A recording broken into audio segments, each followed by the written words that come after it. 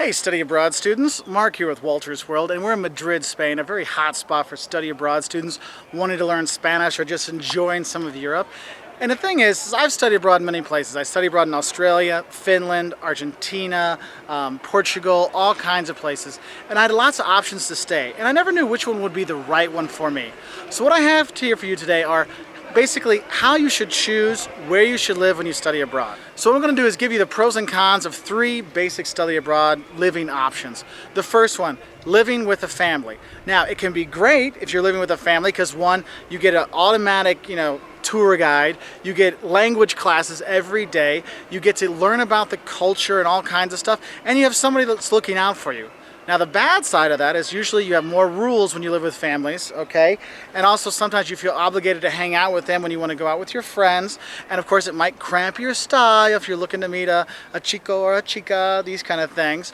But in general, I find if your goal to study abroad is to learn the language and the culture, staying with a host family is the most important thing. Okay, I went to Argentina, I lived with a host family, that's how I learned the language. When I went to Brazil, I lived with a host family because it helped me to understand the language and the people better, so I understood when they made their jokes and they spoke the language, okay? So that's the first thing. Families, you got that choice. Second thing, you can rent an apartment. Now the thing is, you can rent an apartment with one, by yourself. 2, you can rent it with other study abroad students, which is kind of the more popular thing. Or 3, rent an apartment with some locals. Now, I'm not going to lie to you, renting an apartment with locals is very difficult to find. Okay, so it's not really an option unless you're staying for a whole year. And most of the time you've already signed a lease for a year anyway when you move in. So that's not really a realistic option sometimes.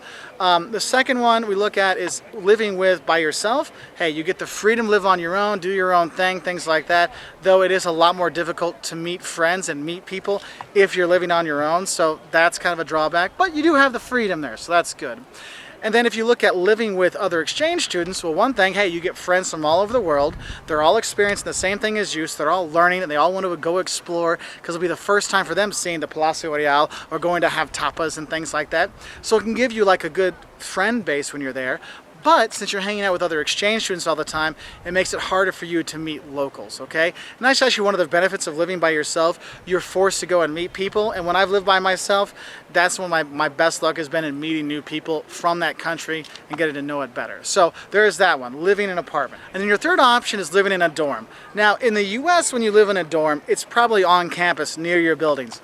In Europe, it's not always the case. When I did my master's in Berlin, my dorm was 45 minutes on the train to school every day. So it's not necessarily right there on campus. Now some places do, so make sure you ask, oh, is this the dorm that's on campus near the school? It'll make a difference. Second thing that's good about living on in a dorm is you already have all these students around you, and they're usually local students, so you get to know the culture, you get invited to the parties and all kinds of stuff.